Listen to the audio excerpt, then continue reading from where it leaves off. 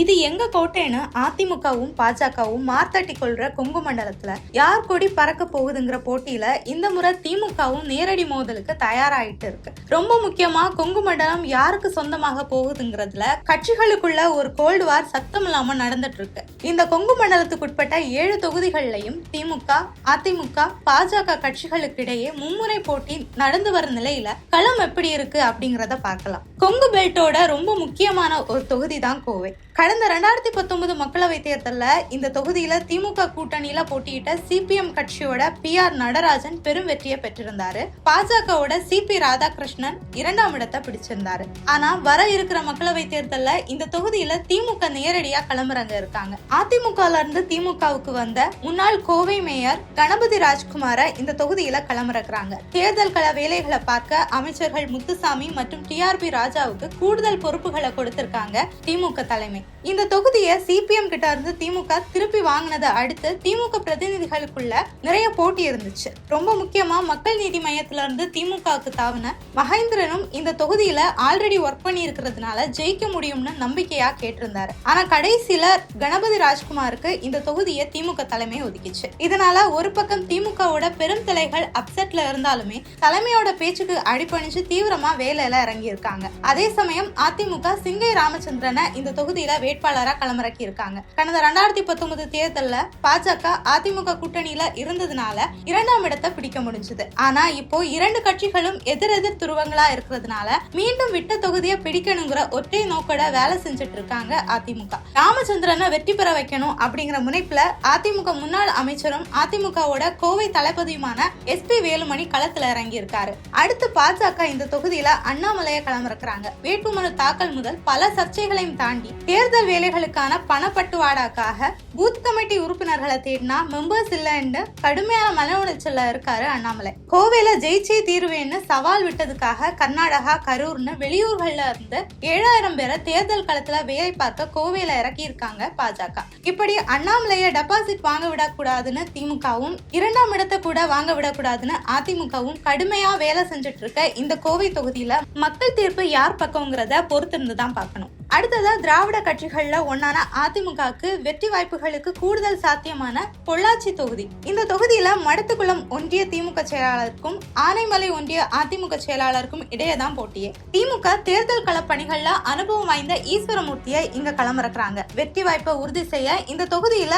அமைச்சர்கள் சாமிநாதன் மற்றும் சக்கரபாணிய களமிறக்கி இருக்கு திமுக தலைமை. அதனால இன்னும் குஷியா களத்துல வேலை செஞ்சுட்டு இருக்காரு ஈஸ்வரமூர்த்தி. அதிமுக தரப்பு வேட்பாளரா களமிறக்கி இருக்கிற கார்த்திகேயன் களத்துல கொஞ்சம் இன்ஆக்டிவா இருக்கிறாருன்னு சொல்லப்படுது. ஆனா பொள்ளாச்சி தொகுதிக்குட்பட்ட MLAக்கள் வேலுமணி, பொள்ளாச்சி ஜெயராமன் உள்ளிட்டோர் அதிமுக மூத்த தலைகள்னு ஒரு பட்டாளமே அவருக்காக களத்துல இறங்கி இருக்காங்க. அது மட்டும் இல்லாம திமுக சிட்டிங் MP சண்முக சுந்தரம் மேல மக்களுக்கு இருக்கிற அதிருப்திய வாக்குகளை மாத்த தீவிரமா வேலை பார்த்துட்டு வராங்க அதிமுக. இந்த தொகுதியில பாஜகவோட வசந்தராஜன் ஜெயிச்சிருவோங்கிற நம்பிக்கையோட களமிறங்கி இருக்காரு. அதனால கணிசமான வாக்குகளை வாங்கிடுவோங்கிற நம்பிக்கையில களத்துல இறங்கி இருக்கு பாஜக. இப்படி ஒரு பக்கம் சிட்டிங் திமுக MP மேல மக்களுக்கு இருக்கிற அதிருப்தியா வாக்குகளை மாத்தலாம்னு பாஜக, அதிமுக 2 கட்சிகளுமே களமிறங்கி இருக்க, மறுபக்கம் கரன்சி கொடுத்தாச்சும் பிரச்சனைகளை சரி செஞ்சிடணும்னு திமுக நினைக்க இந்த தொகுதியில வெற்றி யாருக்குங்கிறத மக்கள் கையில தான் இருக்கு. அடுத்ததா கொங்கு மண்டலத்துல ஹைப்புக்கு பஞ்சமில்லாத நீலகிரி தொகுதி. காங்கிரஸ் கோட்டையா இருந்த இந்த தொகுதியில திராவிட கட்சிகளோட உள்நுழைவு 2009க்கு பிறகுதான். தனி தொகுதியான நீலகிரியில திமுக சார்பா 4ஆம் முறை களமிறங்கி இருக்காரு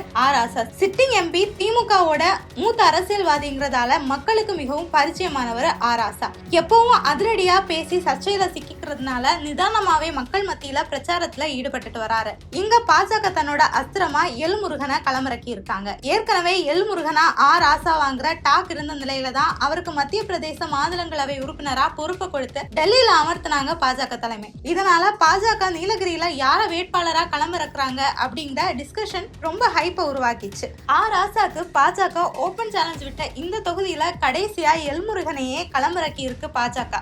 அருந்ததியர் மற்றும் பட்டியல் சமூகத்தினரோட வாக்குகளை குறிவச்சு வேலை செஞ்சுட்டு வராங்க பாஜக. 2G ஊழல் வழக்கு மீண்டும் ஓபன் ஆனதுனால RSSக்கு எதிராக இந்த பாயிண்ட ஷார்ப்பா மாத்தி இருக்காங்க பாஜக. அதே சமயம் அதிமுக புதுமுகம் லோகேஷ் தமிழ்செல்வனை களமிறக்கி இருக்காங்க.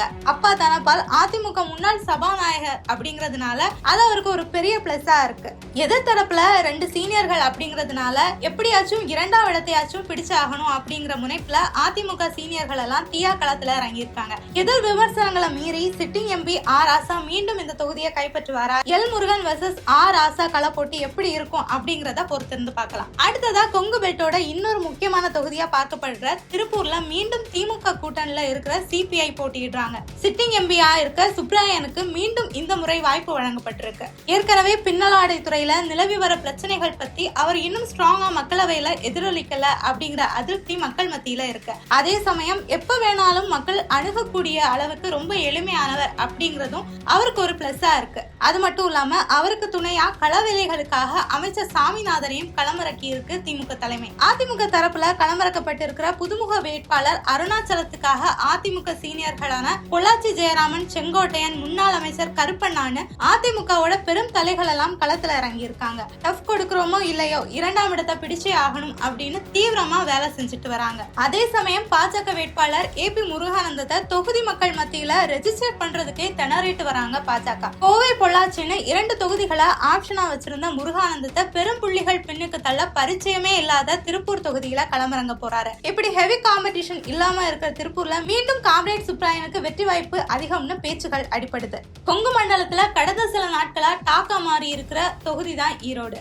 மதிமுகவுக்கு ஒரு ஸ்ட்ராங் பேஸ் இருக்கிற இந்த தொகுதியை இந்த முறை திமுக திருப்பி வாங்கிட்டாங்க. பல சீனியர்களுக்கு இடையிலான போட்டிக்கு மத்தியில உதயநிதி ரெஃபர் பண்ண யங் கேண்டிடேட்டுக்கு இந்த தொகுதியை ஒதுக்கி இருக்கு திமுக தலைமை. இந்த தொகுதியில மாநில திமுக இளைஞரணி செயலாளர் பிரகாஷ் போட்டியிடுறாரு. இதனால பெரும் தலைகள் அதிருப்தியில இருக்க சென்னையில இருந்து 3 ஐடி விங்களை களத்துல இறக்கி இருக்காங்க திமுக தலைமை. அதிமுக இந்த தொகுதியில பெரும் புள்ளிய களமிறக்கி இருக்காங்க. அதிமுக முன்னாள் எம்பியோட மகனும் பாஜக சிட்டிங் எம்எல்ஏயோட மருமகனுமான ஆற்றல் அசோக்குமார் தான் இங்க போட்டியிட்டாரு. வேட்புமனு தாக்கலப்போ 583 கோடிக்கு சொந்தக்காரன்னு மொத்த அரசியல் களத்தையுமே திரும்பி பார்க்க வச்சவர் தான் ஆற்றல். இலவச மருத்துவ முகாம், 10 ரூபாய் சாப்பாடுன்னு தொகுதி மத்தியில மக்களுக்கு ரொம்பவே பரிச்சயமானவர். ஆனா பாஜகல இருந்து அதிமுகவுக்கு வந்த 3 மாதத்திலேயே சீட் ஒதுக்கப்பட்டதுனால சின்ன அதிருப்தியும் கட்சிக்குள்ள இருக்கிறதா சொல்லப்படுது. இருந்தாலும் கட்சிக்குள்ள அதிகமான பணக்கட்டுகள் புரண்டதால ஆதரவு தெரிவிச்சு அதிரடியா களத்துல இறங்கி இருக்காங்க அதிமுக தலைவர். அடுத்ததா பாஜக இந்த தொகுதியை தமிழ் மாநில காங்கிரசுக்கு ஒதுக்கி இருக்காங்க.